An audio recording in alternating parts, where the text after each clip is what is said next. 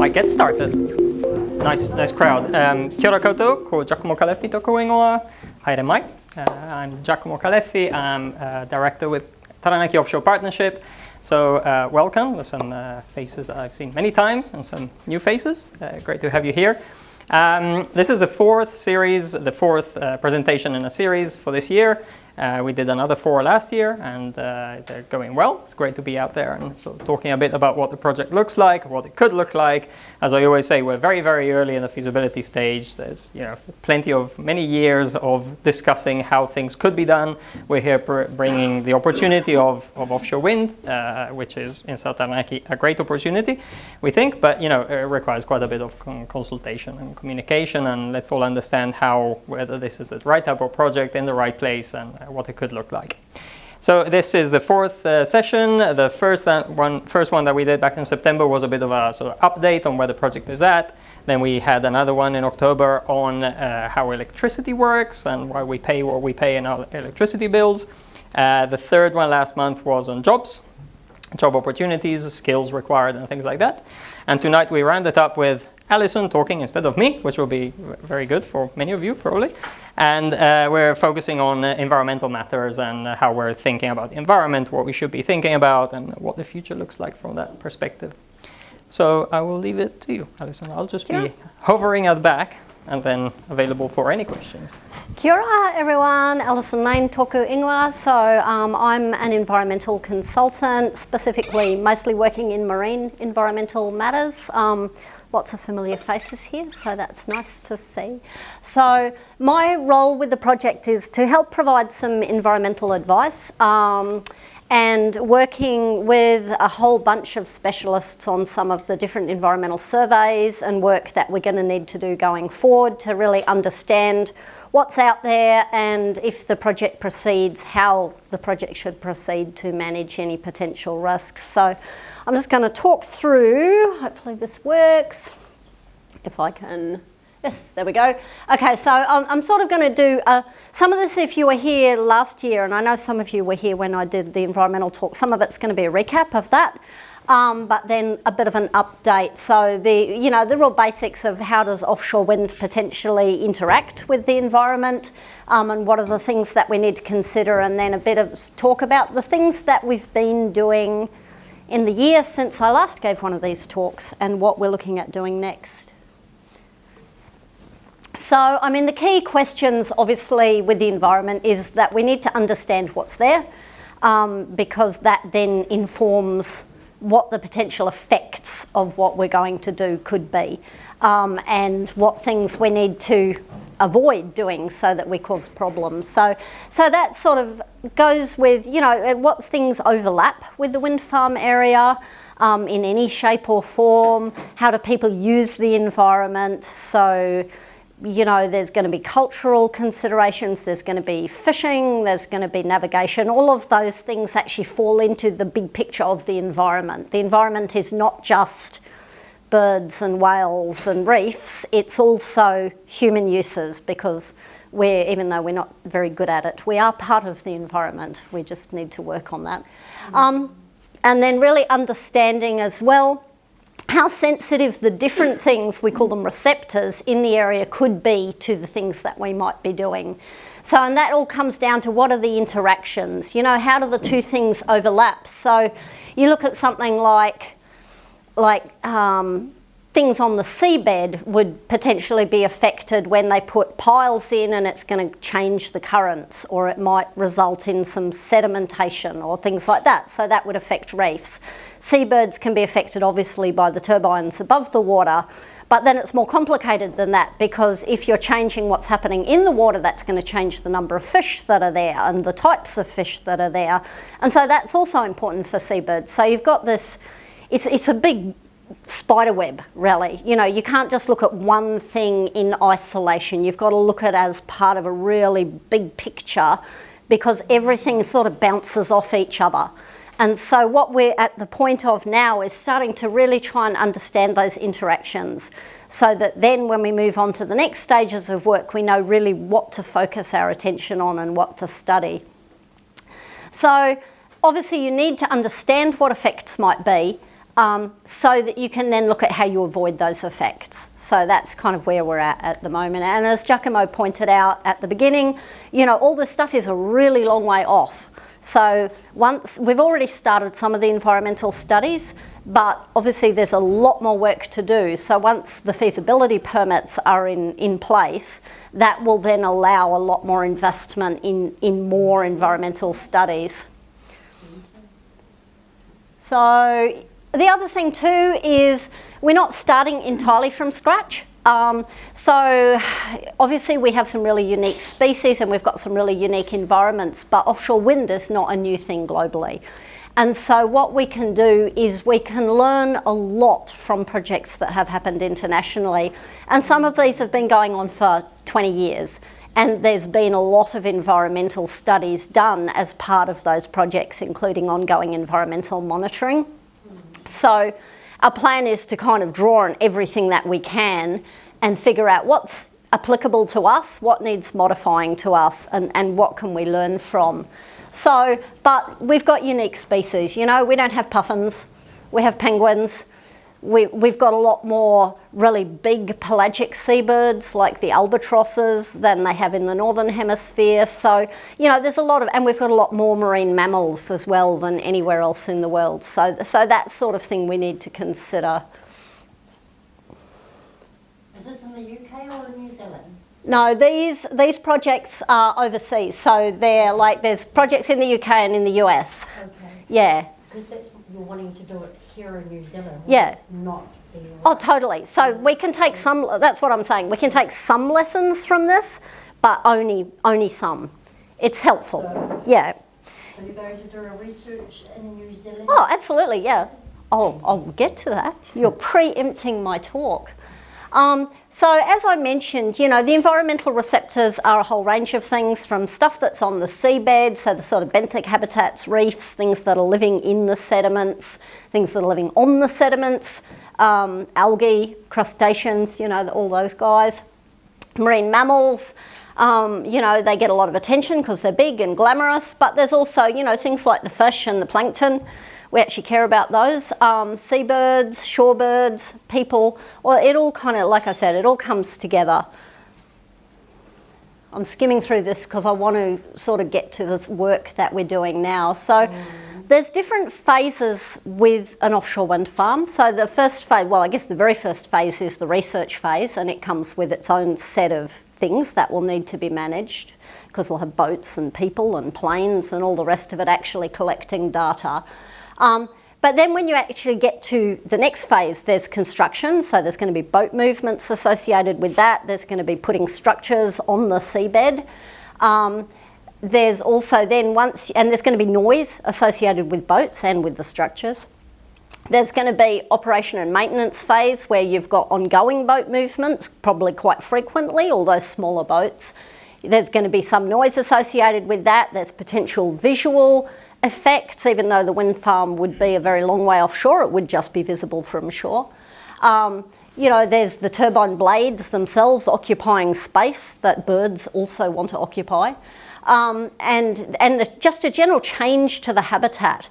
Now, you know, people go, oh, it's really good because you're going to create artificial reefs. And there's some species that are going to love that. You know, there's a lot of things that would colonise artificial reefs. But it's a change. So we can't just automatically say it's good because there's more. It's just different. And what we need to do is really understand what the implications of it being different are on the wider ecosystem, not just on the happy little fish that happens to move into our new rocky habitat that we've created. You know, we need to look much broader than that. So all those things are factors. And then towards the end, if you get to decommissioning or you get to repowering the turbines, you're going back to very similar impacts that you would have at a construction phase. So all of this life cycle we need to consider. So, and the other thing as well is, you know, there's already a lot of work happening globally on different mitigation measures. So things that you can do to reduce impacts. And again, this is emerging research. There's a lot of work being done. It's something that we're following really closely. So, you know, there's things, again, that will apply to us, things that may not apply to us. We need to understand which is which. But it's great that at least there is that work being done and we can draw on that. So we're not starting from zero here. So, you know, some of the things, particularly noise, obviously underwater noise during installation of piles is a big deal. It's certainly a big deal if you happen to be a whale. So they do things like put these air curtains where there's actually bubbles being generated from the seabed, and what that does is it interrupts the sound waves that would normally travel through the water quite some distance. So it considerably reduces how far sound can travel. And then you combine that with saying, okay, there's an exclusion area. If we see a marine mammal or hear a marine mammal, you have active monitoring in the water. If we hear or see a marine mammal within, I don't know, like a kilometre of the construction site, everything stops. You know what I mean? Until that animal moves away. So there's different things, and those distances would be set depending on the modelling of what the noise is going to be and what the sensitivity of the different species that might be there would be. So I'm just pulling that number of a kilometre out of the air. It would be probably further, but so you would have to then have the detection mechanisms in the water and people watching to go, oh, whale, you know, stop, everything shut down until that animal's moved away. So there's a lot of that kind of stuff that happens, and that's common with any marine construction project, like if they're building wharves or things like that. It's kind of pretty common approaches that you would apply here. So some of the work we have been doing. So the early work was this kind of constraints mapping exercise where they looked at things, obviously they looked at things like how much wind there was, but they also looked at things like really known sensitive areas, so like Cairns Reef, the marine mammal sanctuary, how much fishing there is in a different area. You know, we don't want to take an area that's a super important fishery and then go, no, we're going to potentially interfere with that. How much shipping goes through the area, all those sorts of things were considered. And then the next step was a technical working group, and that had a lot of environmental experts. It included people from Department of Conservation, from Taranaki Regional Council. Sorry, I'm going to keep sipping water because I've got a cough. Seabird specialists, marine mammal specialists, and so on. So we kind of got all of those people together to start to do a really early assessment of what the environmental issues were, and particularly what the gaps were in our knowledge. And so we could start to understand what our study priorities were going to be moving forward. So that group met a few times. They worked together over a period of about 6 months, produced a comprehensive report saying, this is what we know from all the literature and the government reports and the student reports and everything we can get our mitts on. This is what we do know. Here's a really long list of the things we don't know. So we did this very, very detailed gap analysis, and then we've used that gap analysis to say what studies do we need to do to fill those gaps. And that's the work we're gradually starting to move into that phase now. I'll add that we also had iwi at the technical work. Yeah, yeah, good point. So that was a group, probably about a dozen people. Yeah, I think so. Who was the, if you don't mind me asking, who was the environmentalist expert that was there? They were different. They were involved. There was someone for marine mammals, there was someone for seabirds, someone for fish, someone for plankton. There were some from NIWA, yes, from Department of Conservation, National Institute of Water and Atmosphere down in Wellington.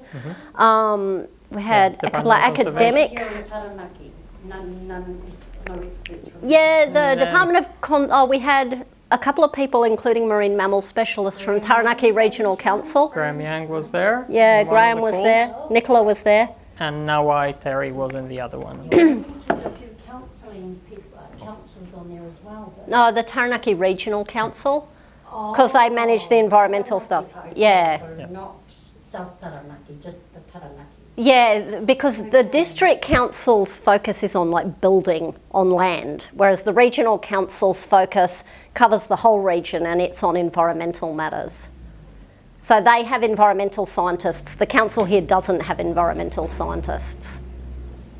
Yeah, because just saying that, because if our councillors here are maintaining our lands Yeah. for the cultural people, actually for everybody that Yeah. lives here, we need to ensure that that is first and foremost looked after, because we are part of nature. We are nature. Yeah. We have to eat everything that comes from the ground. Yeah. And from the sea, and from wherever Yeah. else our people and everybody else decides they want to get pie from. So to me, That's actually managed by the regional council. the water side of it, have they been down here to see? Yeah, the regional council does. So they're based in Stratford, but they look after everything from the, you know, all of Taranaki, including all the marine environment and the coastal environment, the waterways, the air So quality. they're very aware of the 1080 that gets dropped every 3 months on Yeah, the Maunga? but I'm not going to go into what's happening on the Maunga because we're talking about offshore wind. I'm not going to sidetrack us. How close these turbines are, that Maunga is very precious to us. Yeah, absolutely. So because you're building around the Maunga, it's going to affect a lot of things. Yeah, which is why we're talking to the iwi as well. And that's who we are. I need to move on, okay? Not interrupt, because Yeah. it's just as important to us as you getting Oh. your story out to sell these for the people, and that's okay. But Yeah. we also have to get our side out of these are the damages that we've seen since those white water ones have been put out. Yeah, Loss of land, Yeah. lots of land has been taken, lots of has been confiscated. yeah. So the same thing will happen within our waters, okay? And I didn't hear anything talk about the electromagnetic during Yeah. You're not talking about that sort of stuff. I've only just But- started the presentation. Sorry, I'll just jump in. Remember that we are talking about, Yeah. we are not talking about, Last time I spoke with you, you should have been up with the play by now. but I got all this information from people that actually did the research in Yeah. 1887. Yeah. Come on, there's a lot more out there. Yeah. Don't put things up in We'll research. move through the studies that we're doing, yeah? Because as I said, we're really early in this process. There is so much to study. We're not at the end point. We're not saying we know everything yet. I'm not saying I know everything, but I've gone to the people that have actually done a lot of research Yep. since 1887, since John Blythe actually started them. Yeah. You haven't mentioned any of his work, yet he was the one that founded these things. Yep. Out of his own backyard. It's important for us to know. all of that work is going to be part of this evidence that we're putting together. You know, we are not saying that that working group, for example, was not the final working group that will ever happen. We are talking about some of the first steps that we are taking to try and start to build this evidence, So my and concern is that there's no we should be final focusing- decision made yet. Yeah. I do hear you Yeah, guys, but, and I can see what you guys are promoting and selling, but at the end of the day, the research must be done prior to anything being put in our waters. Yeah, and that's Absolutely. what we're That's what we're talking talking about, about. this research at the moment. No one got any of that information Yeah. about what we know now. So do you think they would have been up if they'd known all this information? But we Yeah. can talk about other projects, how they develop them. If they did it in your Or eyes some wrong, people. no, we're very different people. No, Yeah. but the people that done those windmills down Yeah, there, the very- people that allowed it, they did not have the knowledge. But we're saying we're talking about our Hang own on. project. You Can know? we just stop, because this isn't getting the presentation seen. Yeah. This is just arguing about a wind farm that's got nothing to do with this project. Well, it is, because they want to put it in the rivers. Yeah. No, we're not in any rivers, so, Let's get the presentation through, because it might answer some of your partai. yep. Thank you, Celine.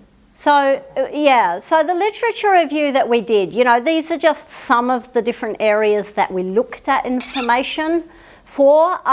So, I mean, our area that we're actually interested in potentially doing any kind of development is out here. It's this area in the marine environment, so 12 nautical miles from shore and further out. So, you know, this is just some of the research we did looking at things that were known already about fisheries, about reefs, about the marine mammals, the seabirds, etc. in those areas. And as I said, what we came up with from that is a really long list of gaps that we then need to do more research to fill. Pardon me. So one of the pieces of work we've been doing this year is we've had this marine mammal working group, and we've got together about 10 marine mammal specialists most of them from New Zealand, but a couple of international people who've done a lot of work here, particularly in South Taranaki. And so what that group has been doing is looking at specific risks for marine mammals, and specifically for the species that we get here. And helping, again, a lot of the focus of that group is about deciding what the study needs are.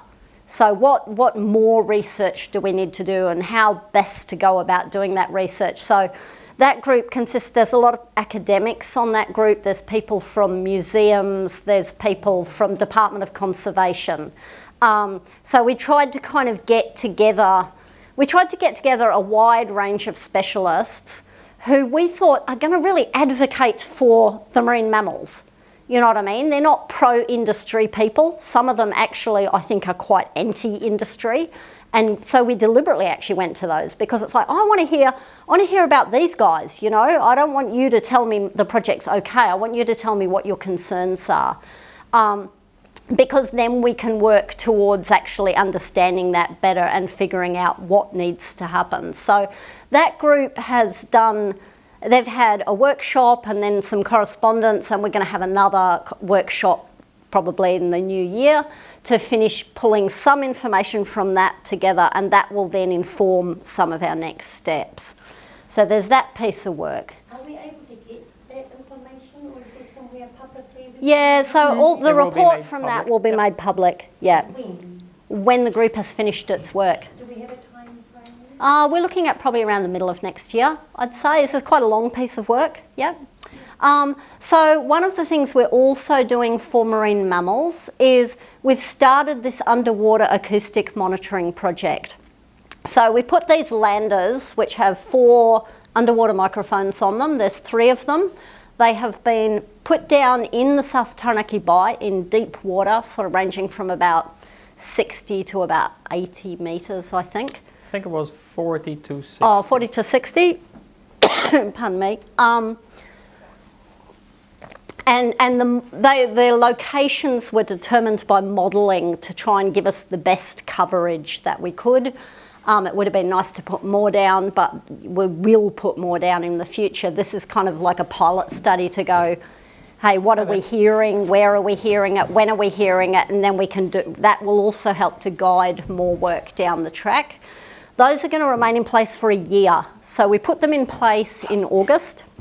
We're going back in February, and we'll collect them, download the data, change the batteries, put them back in the water, and then collect them again for the final time in August. And that will give us a full year of data. So every few seconds, they record. And then all of that data get processed, and they can determine what species of whale it was from the sound, what direction it was swimming, how long it hung around in the area, or whether it just zipped on past. So that's all really useful information to help us then plan some more studies. Because they can actually hear over hundreds and thousands of miles away. Yeah, they can hear a long way. So That's why we ended up with a lot on New Zealand, because they sonic phoned the sea, and we ended up with quite a few on our islands. On Nui, there was 6 of them. So the next study we did was the seabird study. So this has been a really active group, and they've met, we've probably had like 4 meetings with this group so far. But when I say a meeting, I'm talking like a full day workshop. And again, we've got like, these are the geekiest geeks I have ever met. These guys, they're great. They will happily obsess all day about the length of a feather on the end of an albatross wing that will affect how manoeuvrable it is when it flies. Like, they're great. They just get into this stuff. They love it. So again, we've got a mixture of academics. We've got people from Department of Conservation. We've got iwi. We've got a lot of people with a lot of knowledge about seabirds and shorebirds and penguins. And what they've been doing is developing a methodology that we can use to help understand risk to different species. So it's not project specific, it can be applied to an offshore development anywhere around New Zealand. And basically what it does is it looks at a whole bunch of characteristics for a particular bird species, things like how long lived is it? What's its reproductive rate? What height does it fly at? How manoeuvrable is it when it flies? So if it's flying towards something and it suddenly sees stew over there, how quickly can it stop and change direction? Where does it feed? What sort of water depths? Like, you know, all of these different criteria that help you understand how vulnerable it would be to something being in the water. And then when we look at an individual project, we can look at what lists of birds, and there's pretty comprehensive lists of what birds you could get in different areas, and you would back that up with surveys. You can understand, you can go, oh, okay, we've got this bird, this bird, this bird, and this bird.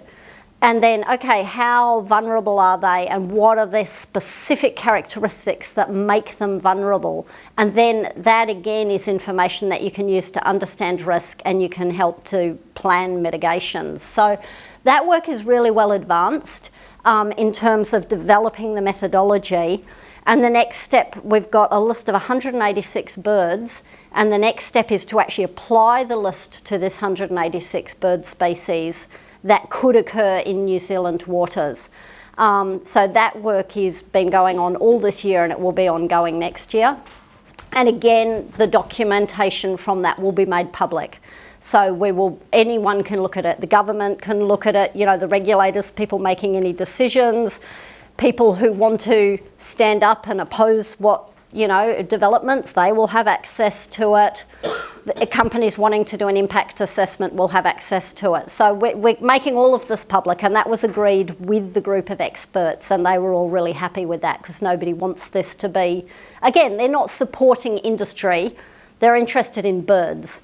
And having sat through all of these meetings, I can tell you they're really, really interested in birds. So that's the other really big piece of work we've been doing this year, which has been great. The other work we're doing is in the environmental space, is looking at what sort of skills there are locally, you know, with things like, you've got things like the Project Reef Group, who've got huge knowledge of the underwater environment in South Taranaki. You've even got, you know, the local fishermen. Like, if you want to know something about what's where, really, although they're going to be a bit coy about telling you where the good fishing spots are, they've got a huge amount of that information in their heads, none of which is necessarily documented. So, you know, we're trying to kind of identify, who do we talk to? Where do we get the information that we're going to need? You know, and looking at things like what boats are there locally that could help with surveys. You know, there's a company based up in New Plymouth that have really good aerial survey capability. There's a company developing acoustics for birds out behind Stratford. And so we're trying to talk to all those local people and say, what can we do to help you build the capacity to then help us do these surveys and do these studies. So as much as possible, we want to use local people and help drive local innovation. So we're running seabird identification courses, because we know we're going to need people who can go out and do seabird surveys. So hey, let's train up local people to do that, you know, and then they're happy because they're learning more about their local birds. And then they also can actually be part of this journey and trust the information, because they're the ones gathering it, instead of just some random from, you know, somewhere else coming and telling them what birds are in their area. So that's kind of a lot of the work that we're doing at the moment as well, is really this trying to get these collaborative relationships going with different people. So the next steps, as Giacomo was saying, you know, we're waiting on the government to bring out the framework where we can get a feasibility licence.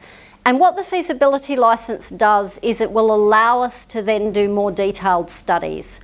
So at the moment, you know, it's all so speculative that some of this stuff, you know, these are studies that are going to go over, you know, multiple years, require huge amounts of resources in terms of people, boats, aircraft, satellite trackers on birds, you know, you name it, there's a lot of stuff on this list. But so what we're doing now is we're trying to understand what these studies are going to look like. And then when we do get feasibility licence, then we can start to actually make this work happen.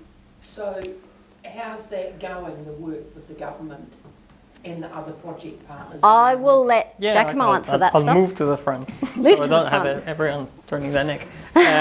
Work with government is going well, as in MB, the ministry who is in charge of setting up the regulations, Get more hot water. are doing an okay job. It could have been a little bit quicker, but it's not too bad. What are you talking about? Because there's many ministries. MB, Ministry of Business, Innovation and Employment, I think. Yeah, which are the ones who sit on energy and resources. So by the end of this year, they're supposed to present the offshore wind regulations to the House, and so that it starts becoming a law. Next year, there will be a 6-month select committee process through which Parliament discusses the bill, and then we're hoping they will approve it by the end of next year.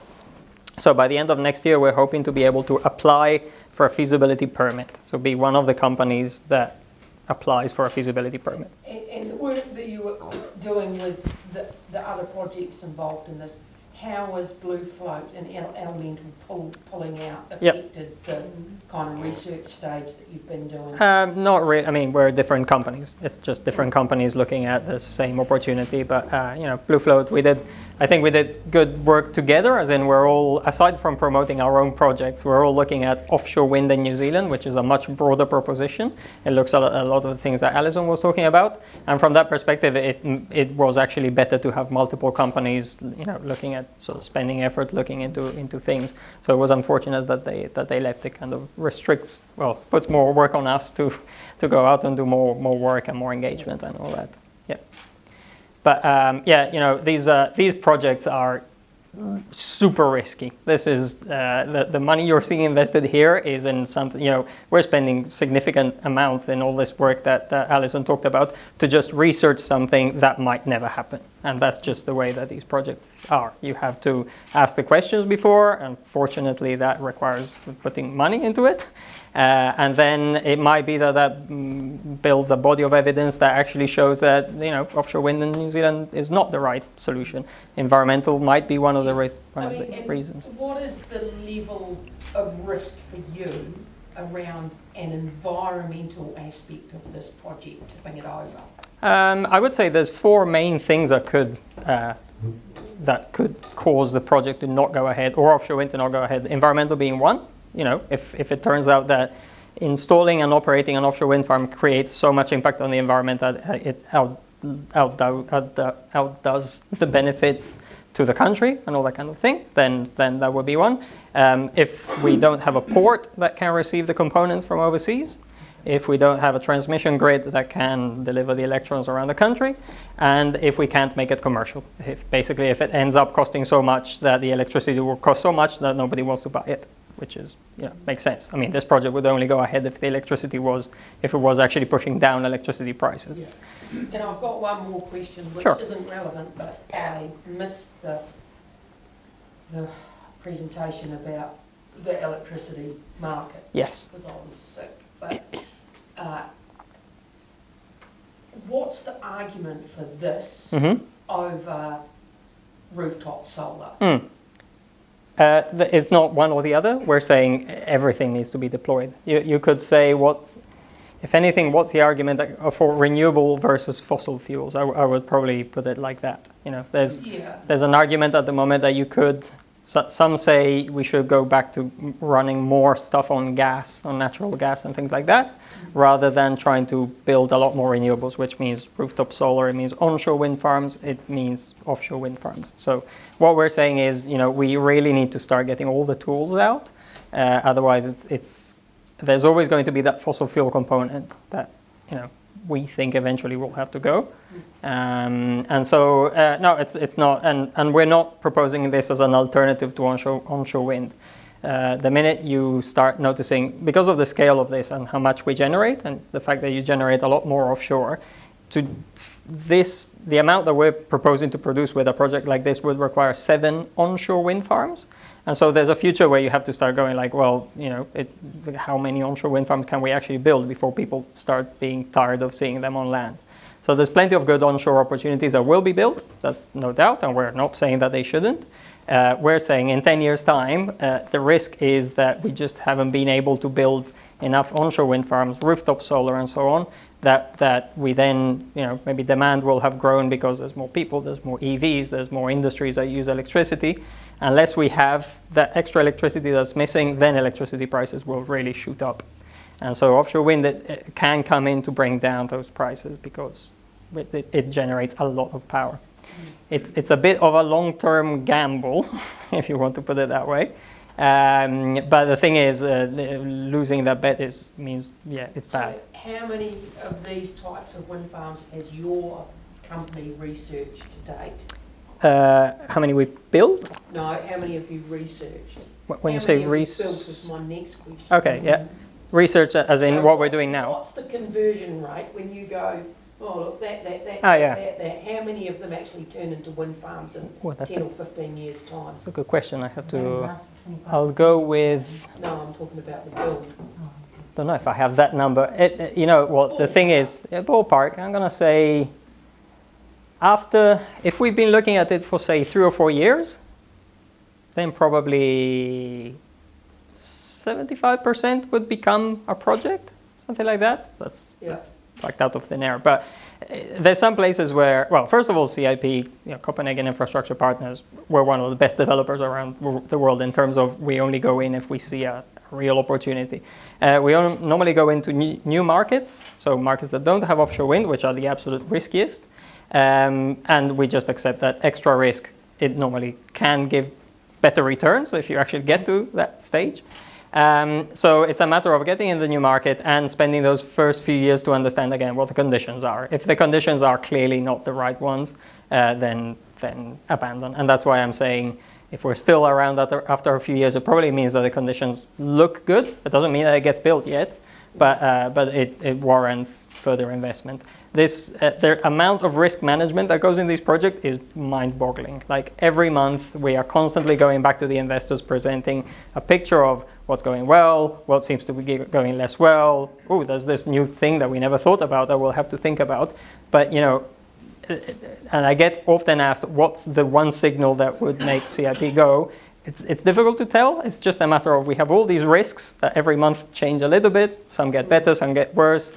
There's a point where some investors, and this is what happened with Blue Float, some investors go like, oh, well, this is becoming way too risky.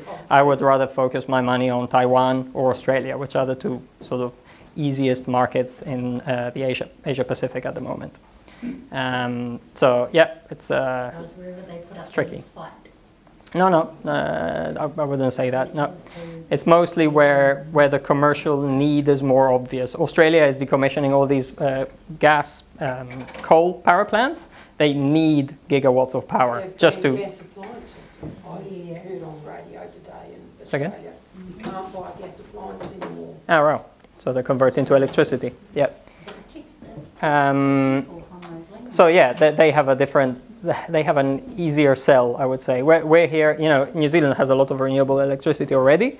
So right now, plugging into an offshore wind farm would not be needed. What we're saying is we think in 10 years it will be needed, and that's the horizon of building it. So the next few years, when I say feasibility, is because, as I always say at these presentations, we have to understand if it makes sense to want to build offshore wind here, from an environmental perspective, from a commercial perspective, from a community perspective, if it makes sense. So right now we don't have the answer. We need to ask the questions, do our research and all that.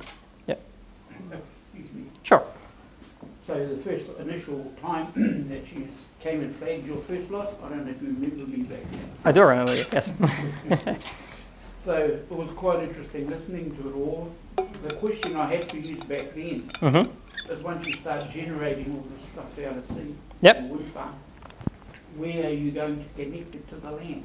Yeah. Because when you're going to run cords, lines and all that, you're coming on my Finland, on my Māori Sure. land right along here. So Yep. that's when an impact, not only out at sea, that Yep. this is happening for us, Yep. as the iwi and families and people, it's going to come on land somewhere. To come on land, you've got to cross into some of our borders. that Totally. are.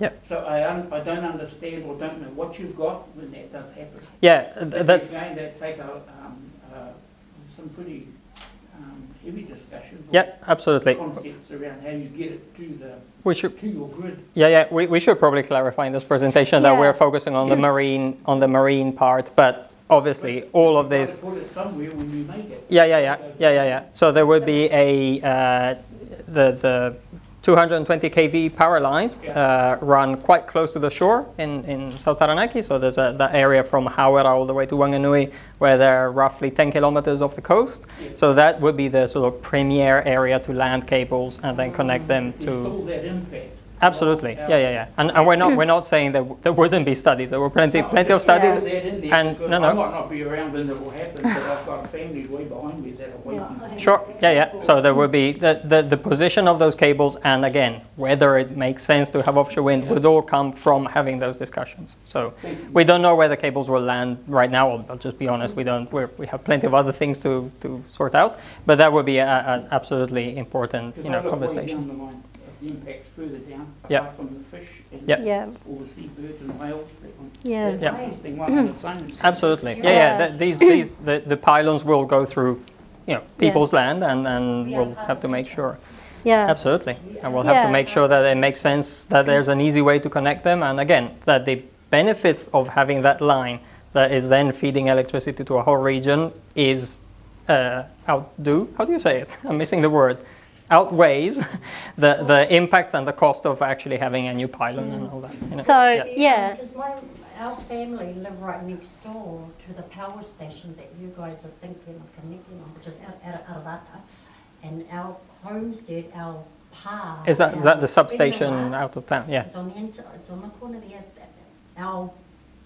Where we were brought up is right next door. Now, just from those electricities, we get multiple illnesses from the frequencies, because we also got a power line that was just pylon that was just dropped behind our house when we were a lot younger without any consent or anything. Now, if you were to run all of these around the coast of Oawe or any coast, it's going to play with the frequencies within our own bodies, because our body runs off frequencies. You know what? What we're talking about, I'll go back to what I was saying earlier, of one of these, to generate the same power, you need 7 onshore wind farms. You have a lot more lines running around the country, but 7 onshore wind farms than one of these. So we're saying it's again a matter of weighing benefit. Everything we do as humans has Explain to me why our dams aren't working. Oh yeah, they are Why do working. we not have enough power already? I mean, everything in my house is working okay. Not. I've got a problem in my house. But you were here at the electricity I thing. was here. You remember when I was explaining that back in August, the And electricity my prices bill went. was $55 and mine was $300. Yeah. But you remember I was talking about how electricity prices went sky high because the dams were not enough. That's the thing. But There I'm are saying times your power bill was only 55, mine was Yeah. 300 and something. So what's happening in Wellington while you Because got of- cheaper and I have the power station here? But you remember that was because of the retailers. Now we're going back into Exactly. section So it's number like 2. you guys are just taking from us, causing us more. I'm not. No, not I'm you, not. no. Just get solar on your And- roof and you'll be like, This is- Solar would help a lot. So also from the earth, always also taking the resources from. So It's not going back to the possible. solar is a very good thing to keep remarking. It's important for people to be self-sufficient as well. Like if a lot of houses had rooftop solar, absolutely. One of the steps that the future needs to go towards, those don't power industries though. So the minute that we want industry, that we need some kind of sort of developed economy, we need large scale. This is why we need power station. Oh, we don't have Correct. service down there, which is great. Sorry. No, that's okay. You still have slides. Oh, I think I'm nearly finished, but Okay. I guess, I mean, that's a really valid point, that I've been talking a lot about the marine studies, and that's mostly because those are the really long, they're going to be the really long lead items. You know, those are the studies that are going to take years.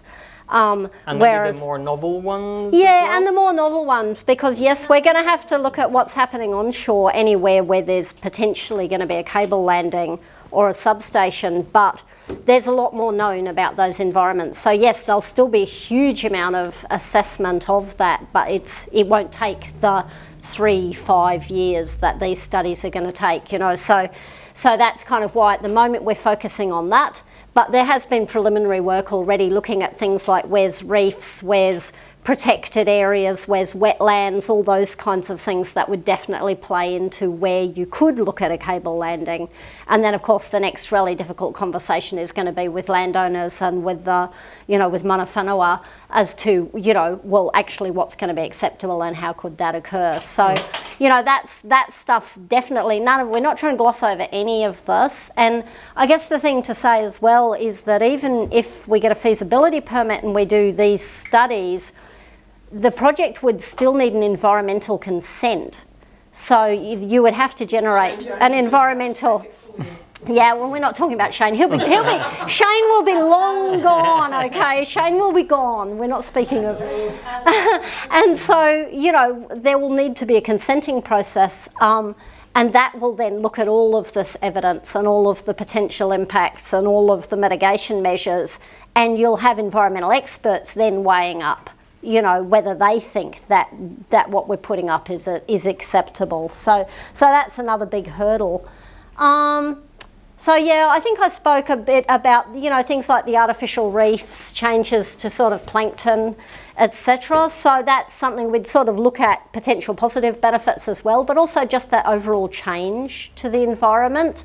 And I guess the really big thing for me why I'm not saying there would be no impacts from offshore wind, but I'm looking at it as well and saying, well, we know that burning fossil fuels is having impact. We're killing off entire populations of species with warming oceans, acidification, changing climate. So we've got to start looking at solutions to that. And this is where you get into that negatives, versus positives. So maybe a seabird will hit a turbine and that would be tragic and awful and, I'm not happy about that. But that same seabird is part of a population where the entire population is at risk because of changes from the climate. So, it's like, where do we draw those lines? So anyway, I think there's benefits as well as potential effects. And that was my last slide. That was the last one. That's my story. So Thank you. Thank you. Thank you. Thanks for coming. Yeah, thank you. And there's heaps of kai. Yes. So please eat the kai. Take lots of kai on plates because we're always... You mentioned Shane Jones. Yes. What is your company's attitude to seabed mining and whether it is a collective? I'm moving away from that conversation in case Jack explodes. I would have been very surprised if we hadn't talked about seabed mining. It's a big deal. It's one of the, I mentioned 4 risks earlier, that's become number 5. There's no evidence anywhere in the world of seabed mining and offshore wind coexisting. Yes. And we certainly know we can't coexist in the same area. There's still some people at Parliament when I go and have meetings with MPs and so on who ask me, can seabed mining not just happen for a couple of years, they mine and then you build the offshore wind farm? That demonstrates complete lack of understanding what we're talking about. Yeah. First, seabed mining, if it happens, it won't start before the end of the decade for sure. And they would probably try and make as many years of mining as possible. And also once they redeposit the material after dredging it up from the seabed, it would really not have the consistency that we would need to put foundations. So what we are looking at is the area that is not part of the permit looked by TTR, just because, again, from a risk management perspective, we have to go back to our investors who, when they first heard about seabed mining, were like, should we just pull out completely? And we're like, no, wait a minute, seabed mining is proposed in one area, there's an area left free, so we now focus a little bit more on that. But the thing is, the big issue is, it goes back to the environmental, the risk is, if seabed mining does happen, we think it might push the environmental limits of South Taranaki to a point where then offshore wind impacts are just too much. Even if our project would have a lot, our project would have much lower environmental impacts, but if the environment is already maxed out by... Yeah. So at the moment, it's a big deal. It's not causing us to remove ourselves from a picture yet, but we can understand why other developers might. Is your company also interested in the offshore Raglan area? We're looking at Waikato as well. Waikato is the second best. I always say it's a little bit further down as a second best. The wind speeds in South Taranaki are just so much better than Waikato. Yeah. Waikato has an advantage with the transmission grid. They have really good connections at Huntly, Huntly and up at Glenbrook, where NZ Steel is. And that without South Taranaki, the grid is not super strong. There would probably be upgrades required. But again, the wind speeds are the thing that, we're looking at the resource that we're potentially using. Lots of resources. Lots of very good wind. Lots Yes. of good stuff. That's why so many companies are here, because of all the good stuff she has. And it's not just fossil fuels. It's actually the matter. It's actually the black matter of the earth that the earth actually needs to continue to grow. So if we continue to keep taking that out, what are we putting back in there? Oh yeah, we're not proposing to take out any black stuff. So. You've got all these sinkholes happening all over the place, because it's got to replace something. How deep do these towers, how deep are they embedded? So the water depth we're looking at, the maximum 60 meters roughly, and the penetration into the seabed would be another 20, 30. It depends on the type of soil. If the seabed mining's operating in that, they say 11 meters? Yeah, yeah. But then, so you can't just punch through the debris? Or is it's 11 meters that is not consolidated? Correct. We would have to consider those 11 meters not consolidated. Yeah. One extra thing that we'll have to worry about, to consider, not worry about, is liquefaction from seismic activities. Yes. We saw it in Taiwan. In our two of our last projects in Taiwan, where they have big earthquakes, they ended up doing a study that showed that we needed to consider the top 20 meters of seabed as fully liquefiable. It means that during an earthquake, they would have become mush, and they would not have the sort of structural, they wouldn't be able to support the foundations. That would have meant extending the penetration by 20 meters, and at that point, that type of technology we're proposing to use in South Taranaki, which is a monopile, that wouldn't have worked anymore, because it would have become just too long and slender a structure. And so we had to change to what looks, I'm looking if there's any pictures of them, what looks a bit more like a pylon, a high voltage pylon. It's called a jacket or truss structure. So all that to say that if seabed mining, if those tailings or the sort of the material that gets redeposited after being sucked up, we will have to consider that fully liquefiable and potentially even the strata underneath that. So it can impose, a big change in foundation design. And that's one of the things that we always have to work backwards. What does that mean? That might mean that the foundations are now so much more expensive, that the project is too expensive, the electricity we would sell is too expensive, and we give up. Okay. So, it's always a matter of there is that risk. And so at the moment, it's, we can't really tell where seabed mining is going. No. We're seeing sort of three possible scenarios. One is they don't get the consent. The expert panel that will be looking at their application denies them marine consent. They could get consent but never actually get started, because it's a huge project. Few people realize how big a project they're proposing and how complicated it will be by a company that has zero monies, really. Yeah. And then the third option could be that they actually get consent, and by the end of the decade we have seabed mining operations underway. So we're trying to understand what could we do if A, B, or C happen. Yeah. So if you question their financial viability, yep. Why have they been so tenacious? Why don't they go away? I'm not the person to be able to answer that question. I mean, it just interests me that they've been knocked back so many times. And the resources. That mineral they're proposing to dredge up is apparently very lucrative. So someone must be seeing the potential return down at the end, and they're happy to keep putting money into it.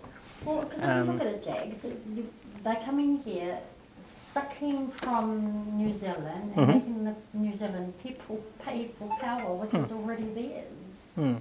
But this is resources. This would not be power. This is not power. We're talking about seabed mining. Yeah, well, even with the seabed mining and stuff, when you start to destroy everything on the lands, we're not going to be able to go out and get Kaimoana because there'll be nothing there.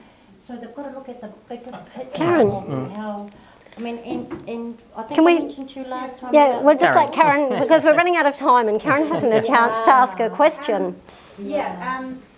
Because I'm sort of saying this just because you're both interested in the space, there seems to be a narrative about this vanadium, right? But the process is it not the iron ore concentrate, right? Goes through to China, Yep. Yes. goes through, they make a vanadium slag, Yep. which then needs to go through another process to get the pentoxide, That's right? Okay. So I think there's a narrative in Yeah. the newspapers and with the politicians that there's vanadium, but actually Trans-Tasman is exporting an iron ore concentrate. Right. Yeah. Yes. And China, who purchases the concentrate, Aye. Make all the money They- out of it. Aye. they get the vanadium. Right. So well done, New Zealand, helping the world Yeah. in terms of the. But I think that's an important narrative from offshore Yes. wind's point of view. They're all after New That Zealand. I hope the politicians understand the process of the mineralogy, if you know what I'm saying. So if they think this is Yeah. a high value product, maybe for our international relations, because China's our big trading partner, Yeah. there's something that doesn't happen in the newspapers, there's Yeah. some understanding that they need the resource, that's cool. But I just think that transparency is important Yeah. from offshore wind's point of view. Yeah, I'm not yeah. seeing evidence of tangible benefit to New Zealanders from seabed mining, but I am from a solar farm. Right. Yeah. And the other aspect is the Oh, hydrogen. sorry, Yeah. So yes. that's not part of the conversation. Theoretically, They only you wouldn't have last to come on land, would you? You could have electrolyzers off at Our shore, kids will clean it up. make won't they? hydrogen, ship the hydrogen. I think Japan is interested. Potentially, that's a bit more of a. Hydrogen is a very interesting one. The world is trying to understand what the role of green hydrogen is. It's good to see over the years the conversation is starting to become a bit more focused. Yeah, that is a possibility. We're doing it in Denmark, as a matter of fact. We're working on these energy islands where multiple offshore wind farms basically don't give power to the grid on land. They just send it to this island where green hydrogen is manufactured, and then it can be piped or put on ships and stuff like that. Yeah. But I would say there's still a step to be made to understand how commercial it is. It costs a lot more, and few industries are ready to pay that premium But I guess for green hydrogen. It's pure. It's no emissions. It's fully sustainable, but the world is not quite putting the right price on that. Yeah, but Yeah. again, in Yeah, terms of the politicians understanding the role that you can play, we talk about export earnings, and we've got the critical minerals thing, and the New Zealand government wants to go from 1 billion to 2 billion export earnings. Aye. Not forgetting, okay, that's through the so-called minerals, Yeah, Trans-Tasman. yeah. But you guys potentially hydrogen exports. Yeah. The economics of that, I wonder if. I will say that we are a little bit frustrated by some conversations with government lately, because we are saying all these things. We are laying quite clearly what we think is an obvious narrative that obviously has some winners and some losers. We're not seeing a lot of. Yes. We're not quite understanding why, but its message is not arriving at the right ministers. And I see some ministers go out in the press and say, "Oh, our energy system needs A, B, C, D," and I think we tick all of those boxes. And for some reason, they're not knocking on our door. Yes. There's something out there.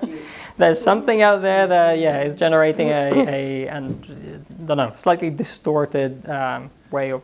Is there any seeing. benefit in a local community asking, have a forum, with the community and explain the economics Yeah. of, with the relevant politicians invited, and have the economic scenarios outlisted with both industries? Yes. And if you say you're not quite getting it, I wonder how they would front to this local community in terms of the economics. And I must say, we did a few months this year with other developers as well of trying to put out all this information. And admittedly, now we're stopping doing that a little bit, because we're feeling like some of my last meetings with government officials and MPs, it sounded like all they think of with offshore wind now is offshore wind is that thing that is against seabed mining. And we seem to have lost the narrative of, no, offshore wind is also a lot of power, it's climate change, fight against climate change. So it shouldn't necessarily be you driving it, should we, us as New Zealanders and wanting to make a transition away from oil and gas, as New Zealanders, We should be driving. It shouldn't always be on you. And okay, there's the politicians, but we elect the Wait. politicians. So We're very happy.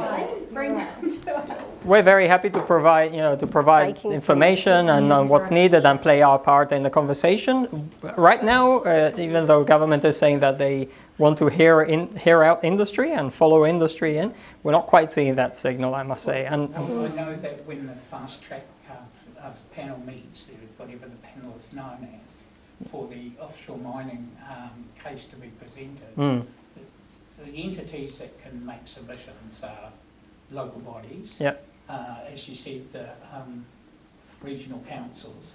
The district councils also have a right to make submissions. Yep. Iwi have a right to make submissions. General members of the public cannot make that's submissions. right. Yep. Yeah. But one of the things is that I'm involved in a campaign to petition local bodies to do things like a cost-benefit analysis prior to that meeting with the fast-track panel Yeah. for offshore mining. Yeah. There will be some benefits. Mhm. What are the costs? Yeah. In the past, those costs have always been seen to be too great. The damage to the environment, which will inevitably happen, has been judged to be too great. Whether the same people that have the simplistic thought patterns in Wellington that you have met don't look at those, who knows? We were thinking of doing a cost-benefit analysis earlier this year on offshore wind and what we're proposing, but right now, again, we don't feel like it would change anyone's mind in government. It feels like a lot of decisions are being made very ideologically rather than based on evidence, and so we're sort of, okay, let's wait a little bit, let's wait a year or two until that evidence-based assessment comes in. Local bodies have been anti-seabed mining. All of them, they all were for and I think there are 5. Two regional councils, 3 district councils. South Taranaki District first of all said yes the first time round. Well, not yes, but they were a bit more positive. Not on my watch. The last Yes. time he made a statement, as he was actively said he did not support it. Oh, Phil Nixon. Yeah. No, we've released a statement now saying we don't support it. It was unanimous. Sorry, I have a question. Petition forms now. I'm really Yeah. curious. Is Are they it big like institution? way I'm back just when sorry, you Bullet. had, first interest from your company? Yep. Obviously a global. And with your investors, I'm curious about how far offshore these are and the shallow depth. Like I found the South Taranaki Bight a really interesting, like geologically, like it's very shallow, Yep, quite yep. far way out. So I'm just wondering, the projects you mentioned in Taiwan, or just in general, does the company have experience with being that far offshore and at shallow depth, and is that kind of an incentive for Taranaki compared to other areas? of the It's- nation? Yeah, it kind of makes Taranaki the only area in New Zealand really where the premier project can happen. The water is not too shallow. It's sort of the right water depth. We're looking at between 25 and 60 meters water depth. 60 meters starts to be pushing a little bit the technology with today's technology, but again, we're talking about installing in potentially 8-9 years time. By then, we would expect monopiles to be fully capable of doing 60 meters. And so far from shore, 25 kilometers is perfectly acceptable. Yeah. In the UK and in Denmark, they're now doing 200 kilometers from shore, which requires a different technology to actually deliver the power. But distance-wise, it's fine. Taiwan, the last two that we did in Taiwan were a lot closer to shore. Taiwan doesn't have too much of a worry with visual impact. They don't mind if it's just off the coast, and so they were actually closer to shore. In the US, we're building our first one, which I'm relatively sure is outside the 12 nautical miles as well. So it will be also 23 kilometers from shore. Yeah. So that's what I always say. There's a lot of unknowns for offshore wind in New Zealand. One that we don't have is the site is perfect. Wind speeds are some of the best that we see around the world, and there's nothing difficult about the distance from shore or the water depth. So all that, all those are easily ticked boxes. What about the swell? Swell, yeah, some decent swells. I mean, offshore wind started in the North Sea, which is pretty rough as well. But one of the differences is the North Sea is kind of small, as in a small basin, which means you get really high waves, but really short waves. Whereas here, because the swell is building up in the Indian Ocean, and above Antarctica, we get high waves and long periods, which will probably require designing the foundation slightly differently. But I'm a structural engineer, and again, I used to think that designing the things was a difficult part, and now it's all this commercial stuff. It's actually making them work in a commercial sense. So I guess, Jax, I can hear what you're trying to put through and for your company, and I can see where a lot of people are really interested in the power and all that. I personally do not see why we need a lot more power. I mean, one of these can run like 73 homes on its own. Why would we need so many? Why do we need so much power? Now, Woods Hole Oceanographic Institution has been doing this type of research since 2000. So I think the last time I mentioned to you, you might want to go there and research, because they've actually got everything you need to know in regard. And it started from UK, like how you showed us on there for UK. And it's also given the USA, even Trump is turning around and starting to take out their wind turbines because it's starting to affect too many of their bald eagle birds. You get charged $500 to shoot one, so they're taking them out because they're destroying them in the migrations, not one at a time, but in flocks, because our birds fly in flocks. So that's another concern. If these people already see these damages happening, why would we want to take these? Because a lot of that information is not true, unfortunately. There's a lot of false information out there, and so I'll go back to, we're spending millions to go out and look for the real information rather than the false stuff. You heard of them, the Woods Hole Oceanographic. Yeah, they're very fun. How do you know Very about well this known. company? Have you They're had some very dealings well with them? known. I've got friends that work there. Yeah. So We'll be talking to all of the Thank you. Thanks for international coming. research institutes and doing our own research. So, two last, I think you said I was very thoroughly with you. yeah, we're going to be looking at Good to see you. everything. Thanks for coming. They've got lots of We're right. Oh, we'll definitely be tapping into all the international research. nature. How much Wait, nature it but destroys. we are saying we are looking at all that stuff. Yeah. Have a look at this, they've already got everything up. Yeah. From the land to the migration to the environment, and yes, they Not in South Taranaki, they haven't.